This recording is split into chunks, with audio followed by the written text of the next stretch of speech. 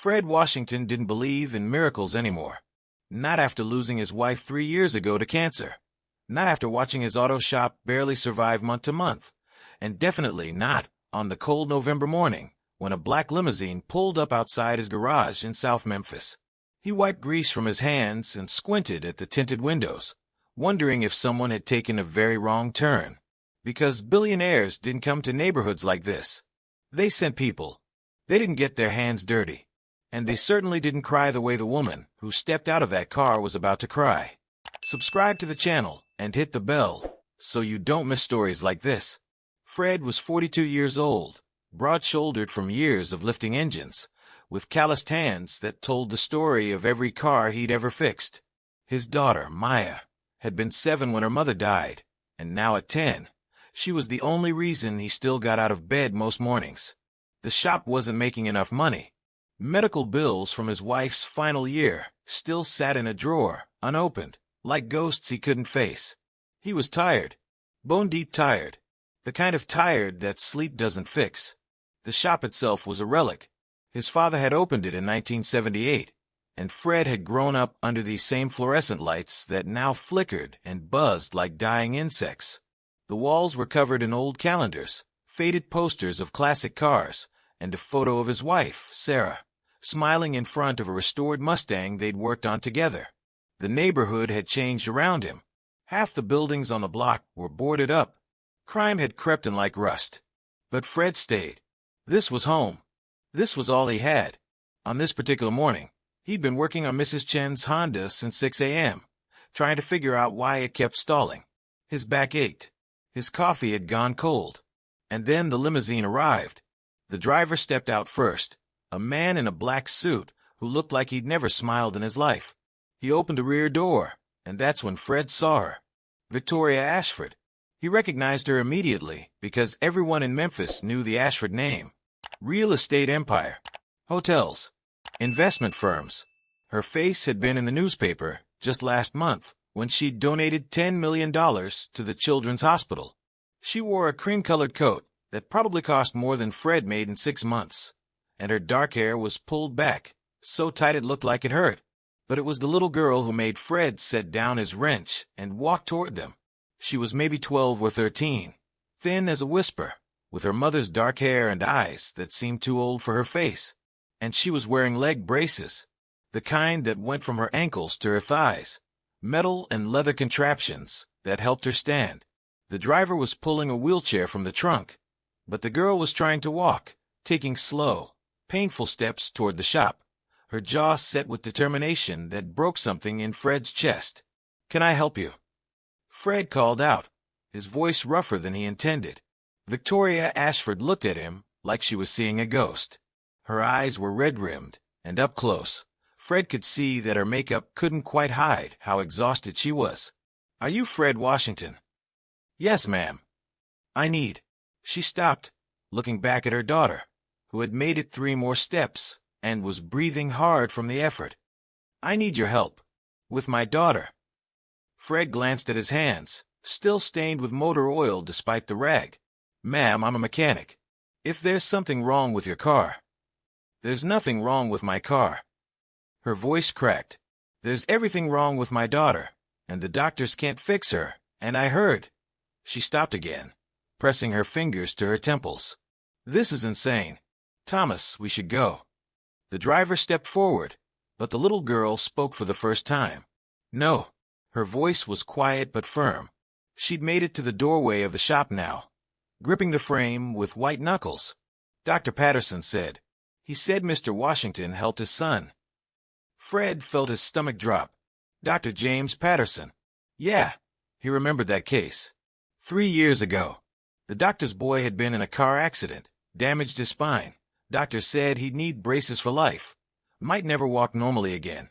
Fred had done well. He wasn't even sure what he'd done. The boy had started hanging around the shop that summer.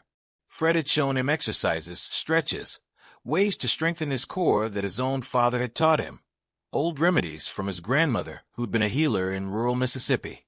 Nothing medical, nothing official, just things he knew. And the boy had gotten better, much better. The doctors had called it remarkable progress. But Fred had never advertised it, never claimed to be anything but a mechanic who'd gotten lucky once. "Mrs. Ashford," Fred said carefully, "I don't know what Dr. Patterson told you, but I'm not qualified to. Her name is Sophie." Victoria's voice was barely above a whisper now. "She's 13 years old. When she was 7, she was in a riding accident. Crushed her spine. T11 vertebra. We've spent 6 years and millions of dollars on surgeries, physical therapy, experimental treatments in Switzerland, Germany, Japan. She's been to 17 specialists. She wears these braces 18 hours a day. She's in pain constantly. And every single doctor has told me the same thing. This is as good as it gets." Victoria took 3 steps forward, and Fred could see tears streaming down her face now, making tracks through her makeup. "Dr. Patterson's son runs marathons now. He told me what you did. He said you have a gift. He said you see things other people don't see. And I know this is crazy. I know you're going to say no, but I am begging you." Her voice broke completely. "Please, please just look at her. Please just try." Fred looked at Sophie. The girl had made it fully into his shop now and was staring at the photo of Sarah on the wall. "Is that your wife?" she asked quietly. "Was," Fred said. "She passed." Sophie nodded slowly. "My dad died last year. Heart attack. He was only 49. The shop was silent except for the buzz of the fluorescent lights. Fred felt something shift in his chest, some wall he'd built starting to crack. "How much pain are you in right now?" he asked Sophie. 7, she said immediately. "Out of 10, but it's usually 8 or 9 by afternoon." "What do the braces do?" "Keep my legs straight, so I can stand. Without them, my knees buckle. I can't support my own weight." Fred crouched down slowly, his own knees protesting. He looked at the braces, then at Sophie's legs, then at the way she was standing. And he saw it. The thing he'd seen in Dr. Patterson's son. The way her left hip was rotated slightly forward, compensating. The way her right shoulder was higher than her left. The way she was putting 90% of her weight on her right leg, even though the injury was centered. Her body was fighting itself, trying to protect an injury that had healed wrong. And in doing so, it was making everything worse. He could see the pattern, like looking at an engine and knowing exactly which part was causing the whole system to fail. "Can I touch your back?" he asked. "Over your shirt, just to feel the muscles." Sophie looked at her mother. Victoria nodded, her hand over her mouth. Fred placed his palms on Sophie's lower back, very gently. He could feel the tension immediately, muscles locked like steel cables, her whole body rigid with the effort of standing. "Does this hurt?" He pressed very lightly on her left side. "Yes," Sophie gasped. "And this?" "Right side." "No." He moved his hands up her spine, feeling for the misalignment, the place where everything was pulling wrong. And there it was, 3 vertebrae above the injury site. Her body had compensated so hard for so long that it had locked up her entire spine, like a twisted chain. "Mrs. Ashford," Fred said slowly, standing up, "I can't make any promises. I'm not a doctor. I don't have a medical degree. But I think I can help. A little. Maybe a lot. I don't know."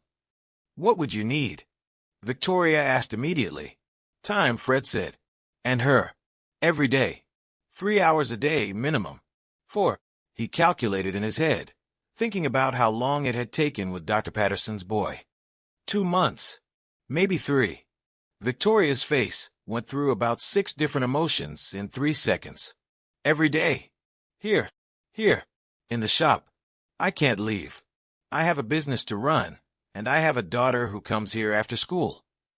Fred gestured around at the cluttered garage, the tools, the half-dismantled cars. "It's not fancy." "I don't care about fancy," Victoria said fiercely. "When can we start?"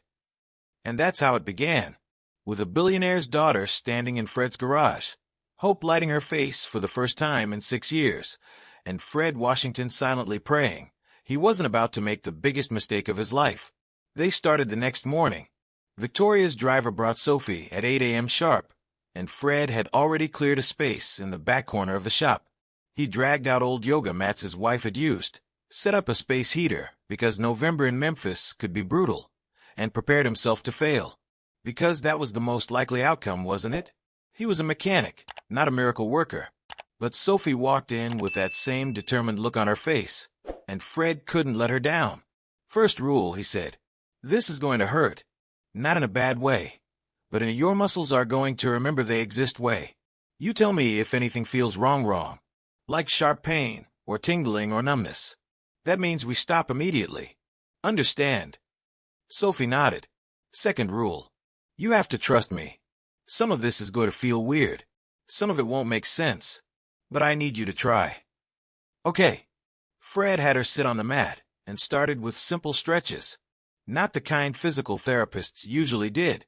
These were based on his grandmother's teachings, movements designed to let the body remember its natural alignment. He showed Sophie how to breathe into her lower back, how to imagine the tension melting like ice. He worked with her for 3 hours straight, his hands gentle but firm, adjusting her position, encouraging her, stopping when he saw her wince. By the end of the first day, Sophie was exhausted, but she'd also straightened her spine by half an inch, and Fred could see the shift in her posture. Victoria had watched the entire session from a chair near the door, her hands clasped so tight her knuckles were white. When it was over, she couldn't speak. She just wrote Fred a check for $5,000 and left it on his workbench. Fred looked at it and felt sick. He tried to give it back. Ma'am, I can't accept this.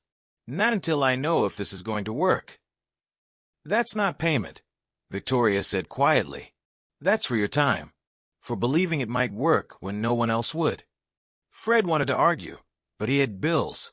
God, he had so many bills. So he folded the check and put it in his pocket, and felt like he'd sold something he couldn't get back.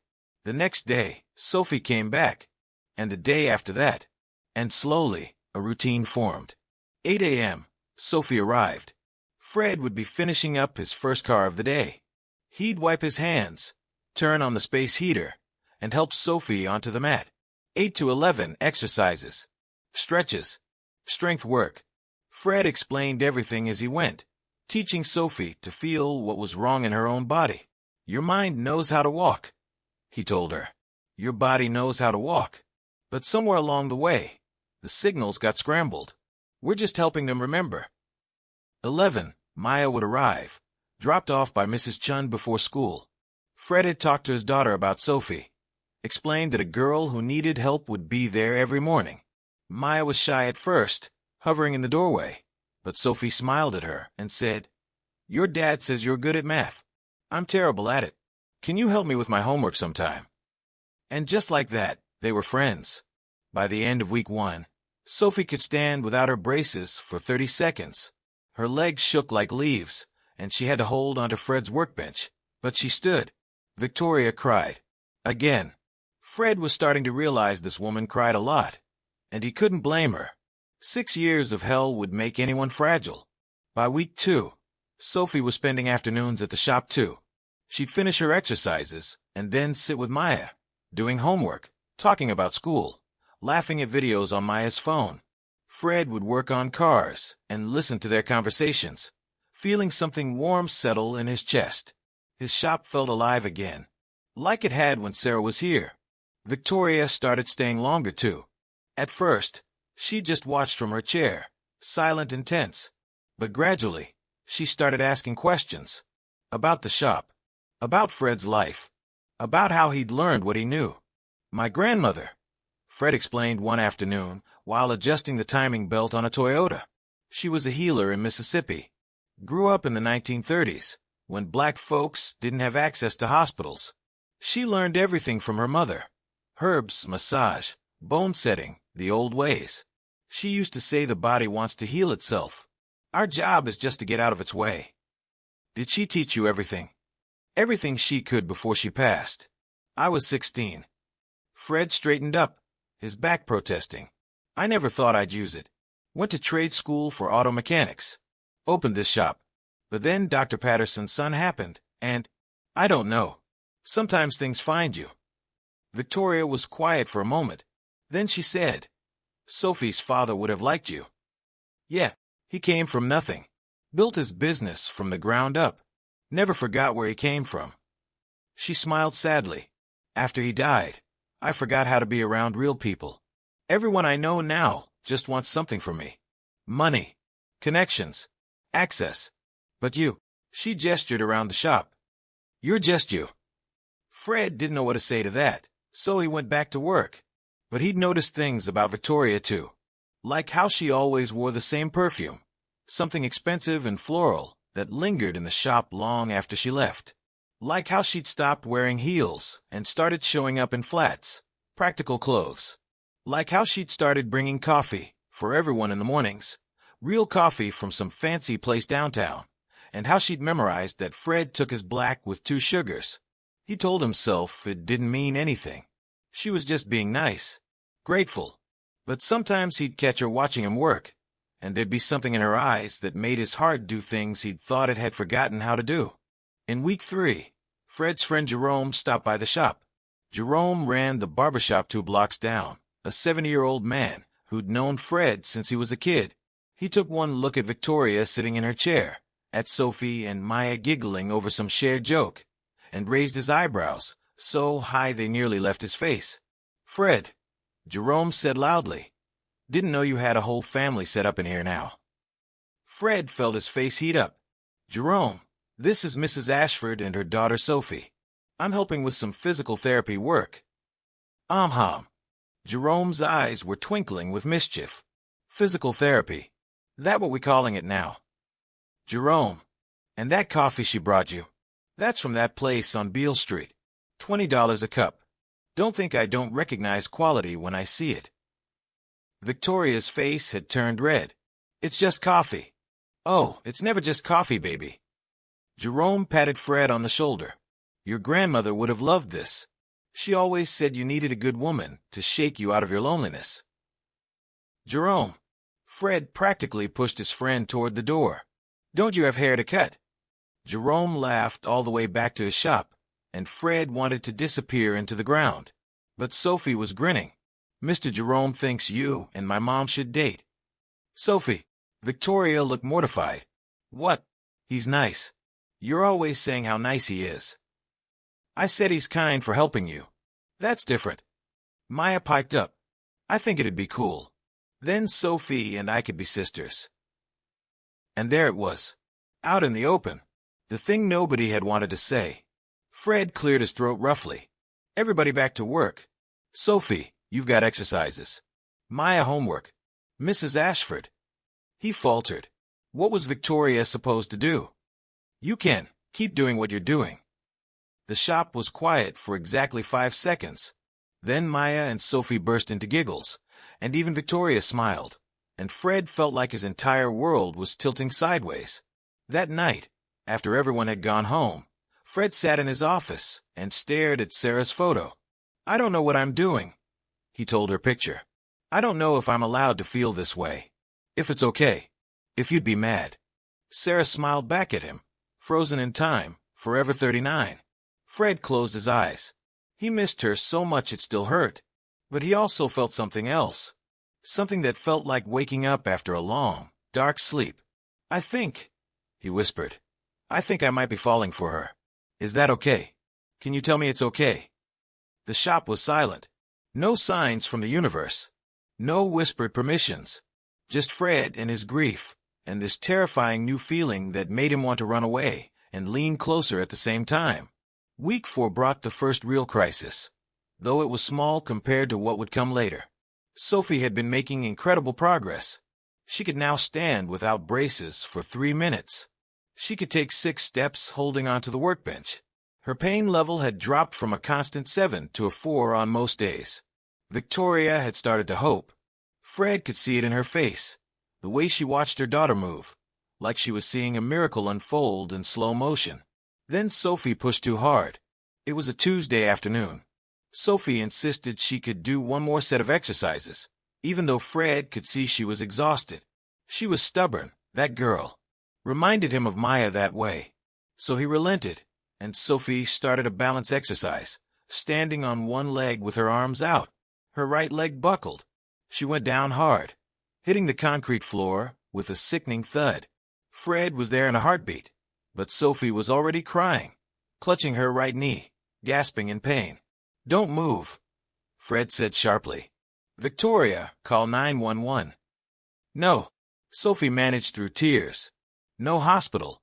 Please. It's just bruised. It's not broken. I know it's not broken. Please don't take me to the hospital." Fred gently felt her knee, her ankle, her shin. Nothing was misaligned. No swelling yet. Sophie was right. It was probably just a bad bruise. But the fear in her voice was real. The trauma of 6 years of medical procedures, surgeries, recoveries. The girl was terrified of hospitals. "Okay," Fred said quietly. "No hospital. But you're going to ice this, and you're going to rest. And if it's not better tomorrow, we're going to at least call Dr. Patterson. Deal?" Sophie nodded, wiping her eyes. Victoria was shaking. She could have really hurt herself. "What if?" "She didn't," Fred said firmly. He met Victoria's eyes. "Kids fall. It's normal. It's part of healing. We ice it, we rest it, we keep going." That evening, Sophie couldn't go home. Her knee had swollen despite the ice, and she couldn't put weight on it.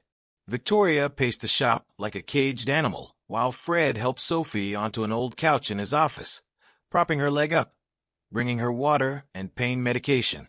Maya sat with Sophie, holding her hand, telling her stories to distract her. And Fred found himself making dinner, because it was 7 p.m., and nobody had eaten. And this was what you did. You took care of people. It's what Sarah would have done. He'd never been a great cook, but he managed scrambled eggs and toast, nothing fancy. He brought plates to everyone, and they ate sitting on the floor of his office, Sophie on the couch above them, and it felt like family. The kind of family Fred had thought he'd lost forever. Victoria caught his eye over her plate. "Thank you," she mouthed. Fred nodded, his throat suddenly tight. Later, after Sophie had fallen asleep on the couch and Maya was curled up in another chair, Victoria helped Fred clean up. They worked in silence, washing dishes in the small sink in his office bathroom, drying them with paper towels. "I was so scared," Victoria finally said. "When she fell, I thought—" She stopped, her hands gripping the edge of the sink. "I thought I'd lost her. Again. Like I almost lost her 6 years ago." "You didn't lose her. She's right there. She's safe. But what if next time?" "Victoria." Fred said her first name for the first time, and she looked up at him, startled. "You can't live in the what-ifs. Trust me. I know. I spent 2 years after Sarah died thinking about every what-if.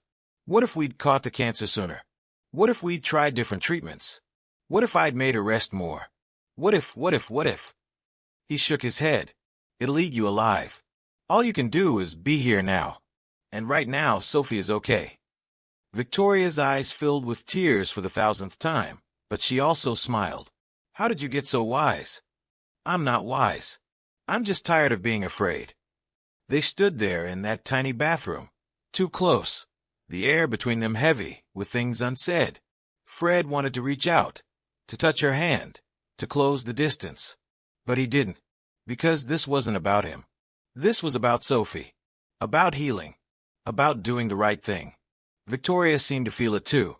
She stepped back, breaking the moment. "I should probably stay here tonight, with Sophie, to make sure she's okay." "There's a cot in the storage room," Fred said. "It's not fancy, but—" "I don't need fancy," Victoria said quietly. "I just need her to be safe." They set up the cot next to the couch. Maya insisted on staying too, refusing to go home with Mrs. Chun when she came by to check on them. So Fred dragged out another cot, and suddenly his auto shop had turned into a makeshift sleepover. He stayed up most of the night, checking on Sophie's knee, making sure the swelling was going down, listening to Victoria's worried breathing from across the room. And somewhere around 3 a.m., he realized he would do anything to protect these people. Anything. The next morning, Sophie's knee was better. Not perfect, but better enough that she could put light weight on it. They took a few days off from intense exercises, focusing on gentle movement, letting her body recover. And then Victoria's old world came calling. It was week 5. Sophie was walking, actually walking, with minimal support. Just a hand on Fred's arm, taking slow, careful steps around the shop. It was miraculous. Dr. Patterson had stopped by to witness it, and had stood there with tears streaming down his face, saying he'd never seen anything like it. Then a man in an expensive suit showed up. His name was Richard Carpenter, and he was Victoria's business partner. He looked around Fred's shop like he'd stepped in something disgusting, his nose wrinkled, his hands carefully not touching anything. "Victoria," he said, his voice clipped and cold. "We need to talk. Now." Victoria straightened, and Fred saw her entire demeanor change. She became harder, more distant. The woman who'd eaten scrambled eggs on his office floor disappeared, replaced by the billionaire CEO. "Richard, I told you I needed time." "Time? You've been hiding in this establishment for 5 weeks. You've missed 7 board meetings. The Singapore deal is falling apart. Your investors are getting nervous. And you're here watching your daughter do what, exactly? Play around with a car mechanic." Fred felt anger flash hot in his chest, but Victoria spoke before he could. "Sophie is walking, Richard. She has braces for that." "No. Walking. Without braces. Look." Sophie, bless her, stood up from her chair and walked 6 steps toward them. Slowly, shakily, but she walked. On her own. Richard barely glanced at her. "That's wonderful. Truly. But Victoria, you have responsibilities. The company can function without me for a few more weeks." "No, it can't. You're the CEO. You're the face of Ashford Industries. You can't just disappear because—" He looked at Fred with barely concealed contempt. "Because some garage worker gave your daughter false hope." "False hope?" Victoria's voice went dangerously quiet. She couldn't walk 6 weeks ago. She was in pain constantly. And now you're attached. That's what this is really about, isn't it?" Richard's eyes narrowed.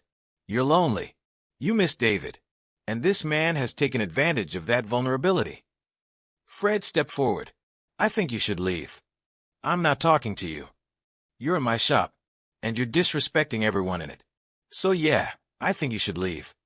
Richard turned to Fred fully now, and there was something ugly in his expression. "Let me guess. How much is she paying you? 100,000? 200? And what's your endgame here? Think you can sleep your way into the Ashford fortune?" Victoria slapped him. The sound cracked through the shop like a gunshot. Maya gasped. Sophie's hand flew to her mouth. Richard touched his cheek, his face red with fury and shock. "You'll regret that." "Get out," Victoria said, her voice shaking but firm. "You're fired, Richard. Consider this your official notice. I'll have legal draw up the paperwork." "You can't fire me. The board. I own 60% of the company. I can do whatever I want. Get out." Richard left, slamming the door so hard the windows rattled. Victoria stood frozen for a long moment, her hand still raised, her whole body trembling.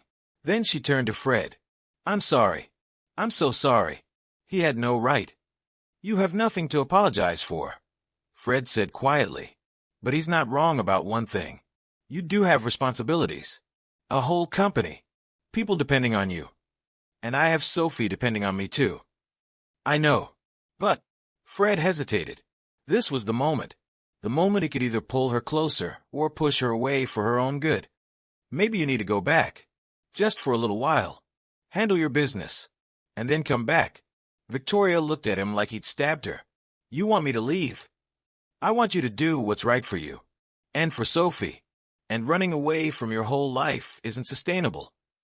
"I'm not running away. I'm hiding," Fred said gently. "And I get it. Believe me, I get it. After Sarah died, I hid in this shop for 2 years. Barely spoke to anyone. Just worked and worked until I was too tired to feel anything. But that's not living, Victoria. That's surviving. And you deserve more than that." Victoria's eyes filled with tears. "I don't know how to do both.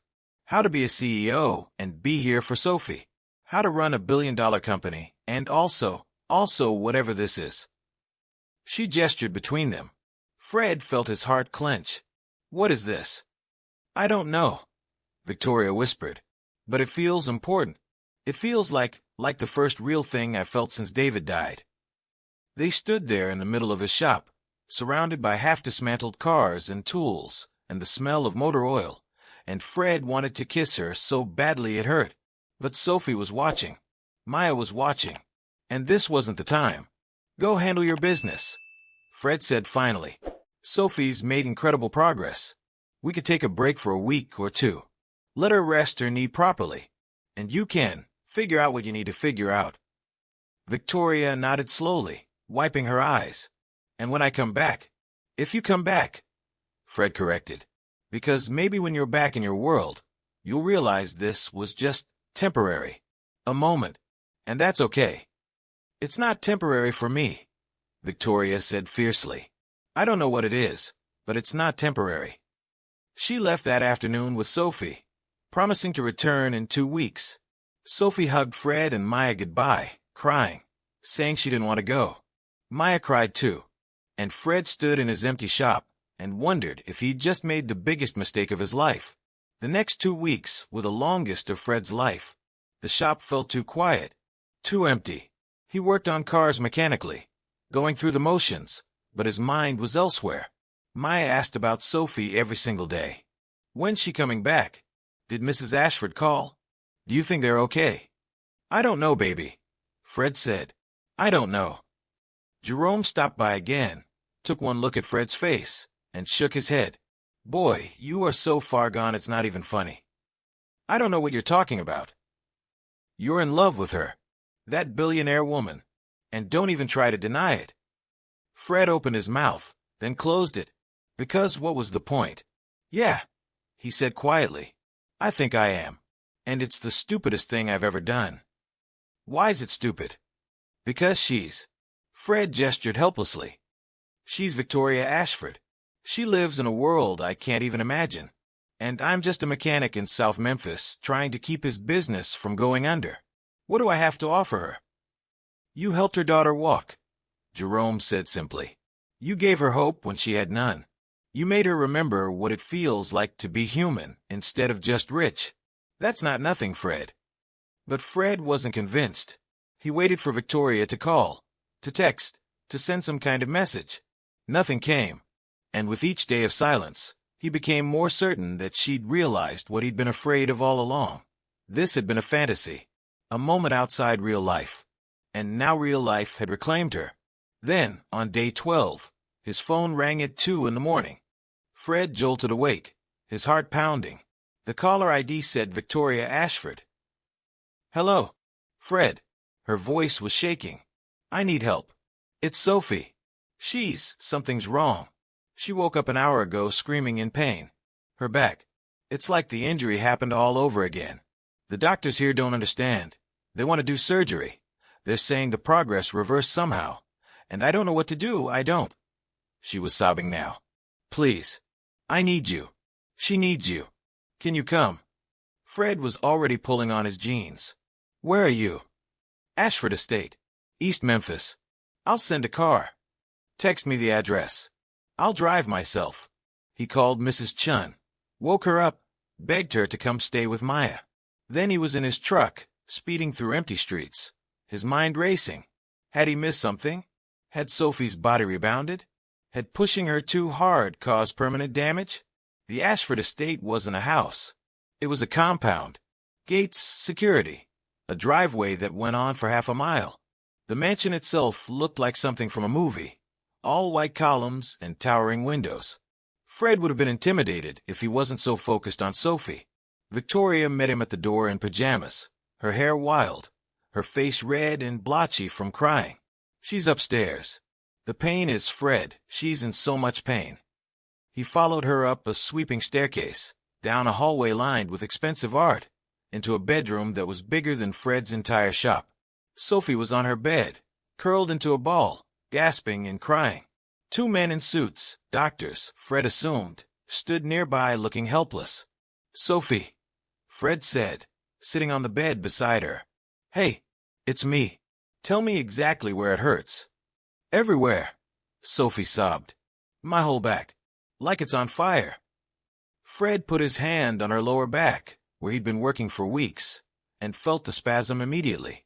Her muscles had locked up completely, seizing in panic. Okay, I know what this is. This is called a muscle splint. Your body is trying to protect you. So it locked everything down. It's scary, but it's not permanent damage. Are you sure? Victoria asked desperately. I'm sure. Fred looked at the doctors. She needs heat, muscle relaxants, and someone who knows how to release the spasm. Can you two do that, or should I? One of the doctors bristled. Sir, we're medical professionals. We don't need a car mechanic telling us. Then why is she still in pain? Fred snapped. Either help her or get out of my way. The doctor left, offended. The other one stayed, watching with clinical interest as Fred worked. He had Victoria bring hot water bottles, which he placed strategically on Sophie's back. Then he began the slow, painful process of releasing the spasm, pressing into specific points, massaging the locked muscles, coaching Sophie through breathing exercises. It took 3 hours. 3 agonizing hours of Sophie crying, Fred working, Victoria pacing and praying. But gradually, slowly, the spasm released. Sophie's breathing evened out. The pain receded from a 10 to a 6 to a 4. By the time the sun rose, Sophie was asleep, exhausted but no longer in crisis. Fred sat on the floor beside her bed, his own back aching, his hands cramping. Victoria slid down next to him, her head dropping onto his shoulder. Thank you, she whispered. Thank you. I thought we'd lost everything. All the progress. I thought. It's okay. She's okay. This happens sometimes during healing. The body freaks out. But she's through the worst of it. They sat there in silence as golden morning light filled the enormous room. Finally, Victoria spoke again. I missed you. These 2 weeks. I tried to tell myself I was fine, that I was just grateful for what you'd done for Sophie. That's all it was. But I missed you. I missed your shop. I missed the way you smell like motor oil and coffee. I missed watching you work. I missed. She stopped. I missed everything. Fred's heart was pounding. Victoria, I'm in love with you, she said, the words tumbling out in a rush. I know that's insane. I know we barely know each other. I know you probably think I'm just some rich widow having a breakdown. But I am in love with you, Fred Washington. And I don't care if it makes sense. I don't care if it's too fast. I don't care about any of it except... She turned to look at him, her eyes red but determined. Except I need to know if you feel the same way. Because if you don't, tell me now. Let me deal with it and move on. But if you do... She swallowed hard. If you do, then we figure it out. Somehow. Fred looked at her. This brilliant, beautiful, impossible woman who'd crashed into his life like a meteor and turned everything upside down. He thought about Sarah, about the permission he'd never gotten to move on. And he realized he didn't need permission. Sarah would have wanted him to be happy. She would have loved Victoria's fierce determination, Sophie's stubbornness, the way they'd brought life back into his world. I feel the same way, he said quietly. I have for weeks. But I was afraid. I'm still afraid. Because I don't know how to be in your world, Victoria. I don't know how to. She kissed him. It was soft and desperate, and tasted like tears and coffee and hope. Fred's hand came up to cup her face, and they stayed like that for a long moment, breathing each other in, the whole world narrowing down to just this. From the bed, Sophie mumbled sleepily. Finally, Maya's gonna flip when I tell her. They broke apart, laughing through tears. Victoria pressed her forehead to Fred's. We'll figure it out, she whispered. Somehow. And Fred, for the first time in 3 years, believed it. But Victoria's world didn't give up that easily. Over the next week, Fred learned what it meant to be involved with someone like Victoria Ashford. The press found out somehow, probably that assistant Richard, and suddenly there were photographers outside his shop, articles online calling him a mystery man, and speculating about the nature of his relationship with the widow Ashford. His phone rang constantly with reporters wanting comments. Maya got scared. She'd never dealt with anything like this. And Fred felt the full weight of what he'd gotten himself into. Then the board of Ashford Industries called an emergency meeting. They wanted Victoria to step down as CEO, claiming she was emotionally compromised and making decisions based on personal entanglements rather than business sense. Victoria showed up at the shop the day after the meeting, and Fred could see the weight on her shoulders. They want me to choose, she said flatly. The company or you. They won't say it that directly, but that's what they mean. If I want to keep my position, I need to prove I'm putting business first. Then do it, Fred said immediately. Victoria stared at him. What? Choose the company. You've built that business. It's your legacy. It's Sophie's future. I won't be the reason you lose it. You're saying we should end this. I'm saying. Fred took a shaky breath. I'm saying you need to do what's right for you and Sophie. And if that means. No. Victoria's voice went hard. No. I'm not doing this again. Doing what? Letting fear control me. Letting other people tell me what I'm allowed to want. She stepped closer to Fred. You know what I realized during those 2 weeks away? That I've been living my life for everyone else. For David's memory. For the board. For the investors. For everyone except me and Sophie. And I'm done. I'm so done. Victoria, you can't just walk away from $1 billion company. Watch me. She pulled out her phone and made a call right there in the shop, putting it on speaker. Mitchell, it's Victoria. I want you to draw up papers, selling my majority shares to the board. Effective immediately. I'm stepping down as CEO. Fred grabbed her wrist. Don't do this for me. I'm not, Victoria said fiercely. I'm doing this for me. For Sophie. For the life I want instead of the life I'm supposed to want. She went back to the phone. Mitchell, you still there? Good. Also, I want you to set up a foundation. The Sophie Ashford Foundation for Alternative Physical Therapy. I'm funding it with $200 million. And I'm hiring Fred Washington as the director. What? Fred and the lawyer said at the same time. You heard me. Fred will run the foundation. We'll help kids like Sophie. Kids who've been told there's no hope. Kids whose families can't afford experimental treatments. We'll teach Fred's methods.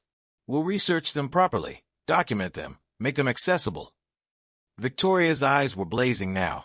I'm trading $1 billion company for something that actually matters. Any questions? The lawyer spluttered something. Victoria hung up.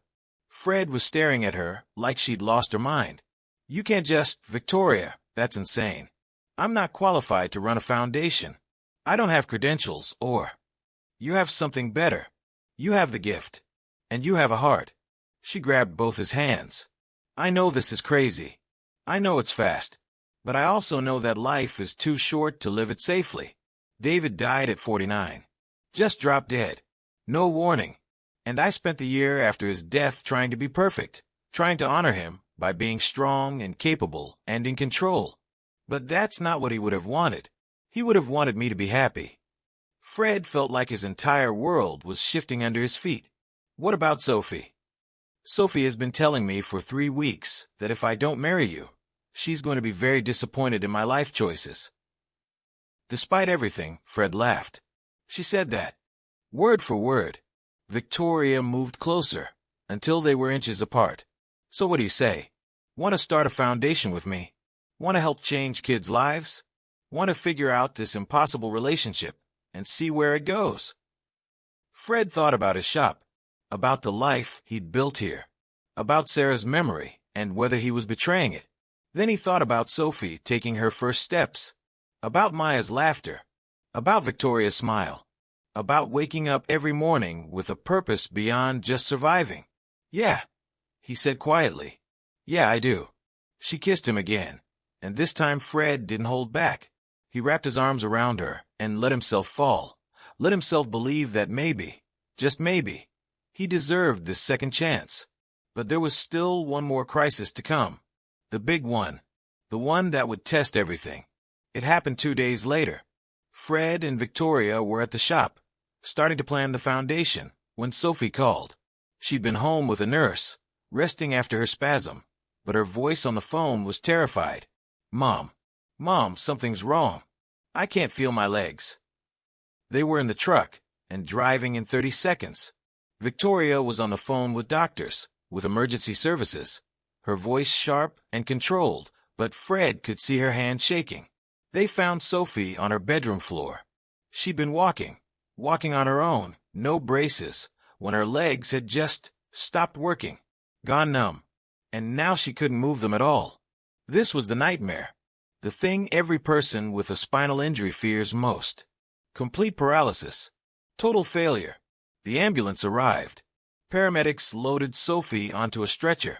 Victoria rode with her while Fred followed in his truck, Maya in the passenger seat, both of them silent and terrified. At the hospital, doctors ran tests. CT scans, MRIs, blood work, hours of waiting while Sophie lay in a hospital bed, crying silently, staring at her useless legs. Finally, a neurologist came out, Dr. Sarah Chun, young and sharp-eyed. The scans show inflammation around the T11 vertebra, she said. The original injury site. It looks like the physical therapy you've been doing may have triggered an immune response. The body is attacking the scar tissue, which has caused swelling, which is putting pressure on the nerves. Can you fix it? Victoria's voice was barely audible.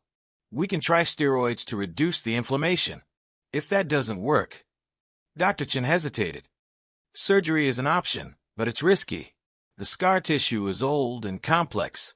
We could make things better, or we could make them significantly worse. How much worse? Permanent complete paralysis, loss of bladder and bowel control, potentially life-threatening complications. The hallway went silent. Fred felt like he'd been punched in the chest. This was his fault. He'd pushed Sophie too hard. He'd made her believe she could heal, and instead he'd broken her worse than before. I want to try the steroids first, Victoria said. How long will we know if they work? 72 hours. If there's no improvement by then. Dr. Chen didn't finish the sentence. She didn't have to.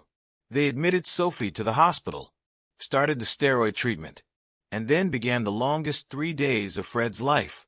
He and Victoria barely left Sophie's room. Maya stayed too, sleeping in a chair, holding Sophie's hand, telling her stories to distract her. Jerome brought food nobody ate. Mrs. Chen brought fresh clothes. Dr. Patterson stopped by, his face grave, and told Fred this wasn't his fault, but Fred didn't believe him. On the second night, when Sophie was finally asleep and Maya had dozed off in her chair, Victoria found Fred standing at the window, staring out at the city lights. "This is my fault," Fred said before she could speak. "I should have known. Should have seen the signs. Should have." "Stop." Victoria came to stand beside him. "You saved her. Before you, she was in pain every day. She couldn't walk. She had no hope. You gave us 6 weeks of miracles. And even if this is the end, even if she never walks again, those 6 weeks were worth it. Because for the first time since the accident, Sophie was happy. She was herself. And that's because of you. I might have broken her permanently. Or you might have given her the best possible chance at healing. And this is just a setback." Victoria took his hand. "I don't know what's going to happen, but I know I'm not losing you over this. I'm not letting you run away because you're scared." "I'm terrified," Fred admitted. "I'm terrified I'm not enough. That I never was. That I'm just a mechanic who got lucky once, and now a little girl is going to pay the price for my arrogance." Victoria turned him to face her. "You are enough. You have always been enough. And whatever happens with Sophie, we face it together. Do you hear me? Together." Fred wanted to believe her, but belief was hard when Sophie's legs still wouldn't move. On the third day, Sophie woke up screaming. Not from pain, from sensation. "I can feel them," she sobbed. "Mom, I can feel my legs. They're tingling, they hurt, but I can feel them." Nurses rushed in. Dr. Chen arrived, ran tests, and smiled for the first time since Sophie had been admitted. "The inflammation is going down. The steroids are working. We're not out of the woods yet, but this is very good news." By that evening, Sophie could wiggle her toes. By midnight, she could bend her knees. And the next morning, with Fred supporting one side and Victoria supporting the other, Sophie took 3 shaky steps in her hospital room. They all cried. Even Dr. Chen wiped her eyes. "You scared us," Maya said, punching Sophie lightly in the arm. "Don't do that again." "I'll try not to," Sophie promised, laughing through tears. Later, after Sophie had fallen asleep and Maya was in the cafeteria with Mrs. Chun, Victoria found Fred in the hallway. He was leaning against the wall, his face in his hands, his whole body shaking with relief. "Hey," Victoria said softly, sliding down to sit beside him on the floor. "We're okay. She's okay. I thought we'd lost her. I thought." Fred couldn't finish. Victoria took his face in her hands. "I love you. Do you hear me? I love you. And I'm not saying this because of crisis or gratitude or any of that. I'm saying it because it's true. Because you are the best man I've ever known. Because you make me want to be brave. Because when I think about my future, you're in it. You and Maya and Sophie and whatever messy, complicated, beautiful life we can build together." Fred stared at her. "I love you too. God, Victoria, I love you so much it scares me." "Good. Because I want to marry you. Not right now, not tomorrow, but someday soon. I want Maya and Sophie to be sisters for real. I want to wake up next to you every morning for the rest of my life. I want to build this foundation with you and help hundreds of kids and make a difference in the world. I want—" She smiled through tears. "I want everything. With you." Fred kissed her there in that hospital hallway, and it felt like a promise, like a vow, like the beginning of something neither of them had thought possible. They stayed in the hospital for another week while Sophie recovered, and during that week, Fred made a decision. He called the owner of the building where his shop was located and made an offer to buy it outright. Then he called a contractor and began planning to expand the space. One half would remain an auto shop. That was his heritage, his father's legacy, and he wouldn't abandon it. But the other half would become the headquarters of the Sophie Ashford Foundation. Victoria threw herself into the planning with the same intensity she'd brought to running her company. She hired staff, consulted with doctors, researched therapy methods, drafted mission statements. And she did it all with Fred by her side, the two of them working together like they'd been partners for years instead of weeks. Maya and Sophie were inseparable. They planned their future bedrooms in the house Victoria and Fred would eventually share. They argued about whether to get a dog or a cat, compromise, both. They made Fred and Victoria promise they'd get married in the spring, so the weather would be nice. And one evening, 3 weeks after Sophie's hospital crisis, Fred took Victoria to dinner at a small restaurant in South Memphis. Nothing fancy, just good food and quiet conversation. "I have something to ask you," Fred said when dessert arrived. Victoria smiled. "If it's about the budget for—" "It's not about the budget." Fred reached into his pocket and pulled out a small box. Not expensive. He'd bought the ring from a pawn shop downtown. Simple gold with a small diamond, but it was real. It was his. Victoria's eyes went wide. "I know we said someday soon," Fred continued, his voice shaking slightly. "But I don't want to wait. I've spent too much of my life waiting, being careful, being afraid. And I don't want to be afraid anymore. I want to wake up every morning and make you coffee. I want to watch our daughters drive each other crazy. I want to build this foundation and help kids and come home exhausted and happy. I want to argue with you about stupid things and make up even better. I want—" His voice cracked. "I want forever. With you." He opened the box. "Victoria Ashford, will you marry me?" Victoria was crying again, but she was also laughing. "You realize this ring probably cost less than the coffee I've been bringing you?" "Probably. And you realize I don't care even a little bit?" "I was hoping."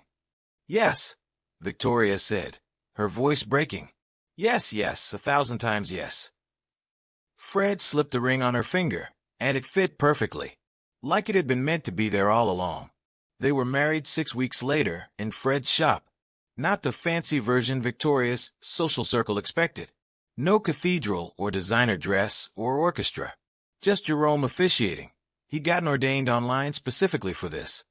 Maya and Sophie as flower girls, Mrs. Chun in the front row crying happy tears, Dr. Patterson and his son standing as witnesses, and about 40 people from the neighborhood who'd known Fred his whole life.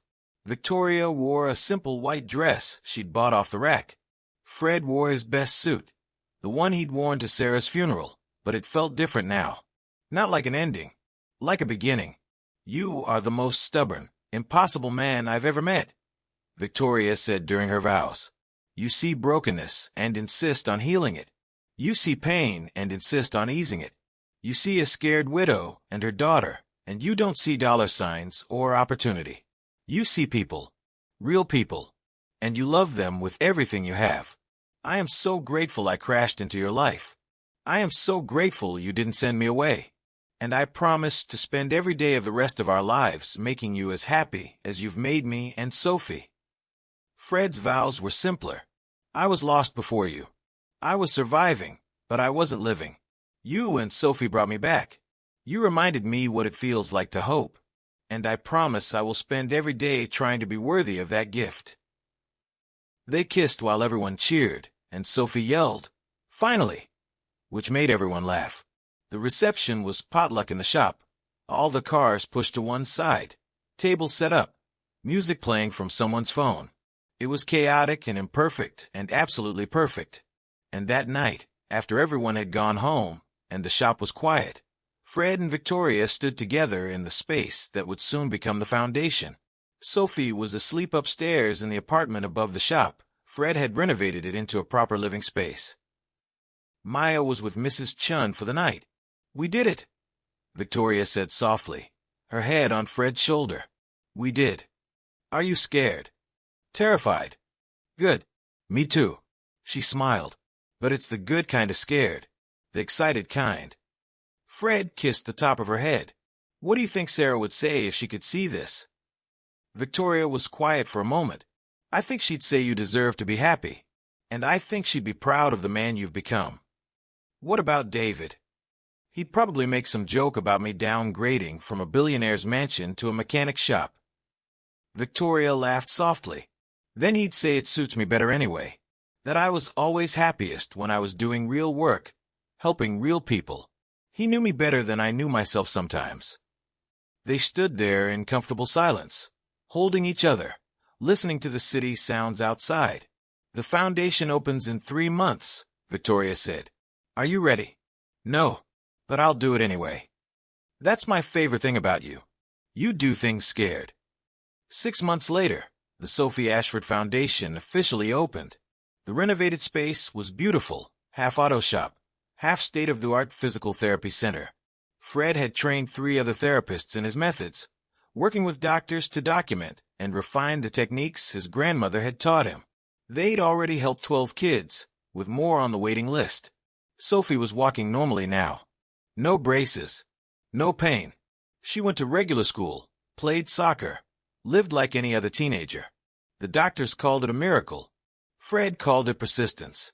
Maya and Sophie had become the shop's unofficial mascots, greeting families when they arrived, playing with the younger kids during therapy sessions, helping Fred with paperwork after school.